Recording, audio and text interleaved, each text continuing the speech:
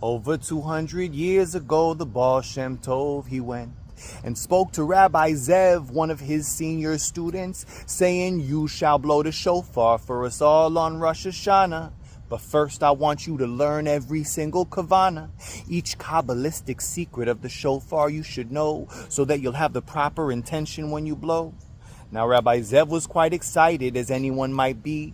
He was overcome by joy, but also anxiety. Though elated, he'd been designated for something so great. He was nervous that he'd have to carry this huge weight. And so quickly he began the task he was assigned, reading every writing on the shofar he could find. Soon he knew the Kabbalistic secrets of each sound, how they penetrate the soul and affect the world around. And carefully he wrote down notes about every kavana, and soon prepared the perfect reference sheet for Rosh Hashanah.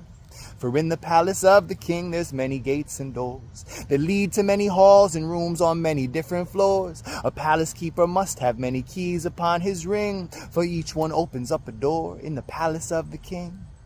Rabbi Zev was ready when it came to New Year's Day, the morning of Rosh Hashanah, the first day of Tishrei. He stood up on the bima in the center of the droves of Hasidim in the synagogue of the Baal Shem Tov. In the corner of the room his master looked all-knowing, standing at his table with his face like fire glowing. A fearful silence filled the air, for they had at last reached the climax of the day when they would hear that shofar blast. But when Rabbi Zev reached in the pocket of his coat, his heart froze because he could not locate his note. He knew he had it with him when he left his home at dawn. He remembered bringing it to shul, but somehow it was gone. He searched frantically in fear till it became quite clear. The sheet with all those kavanot he wrote had disappeared. His heart broke over letting down his master, who had asked and trusted him to be prepared for this most sacred task. For in the palace of the king there's many gates and doors that lead to many halls and rooms on many different floors. A palace keeper must have many keys upon his ring, for each one opens up a door in the palace of the king. The rabbi searched his memory, but he could not recall a single thing he learned. Somehow he forgot it all. His eyes welled up with tears. His broken heart just sank, for in distress his mind was drawing up a total blank. So Rabbi Zev, he blew the shofar on that Rosh Hashanah, as though it were a simple horn without any kavana. In despair, with a broken heart, the rabbi blew just the basic shofar sounds he was required to do.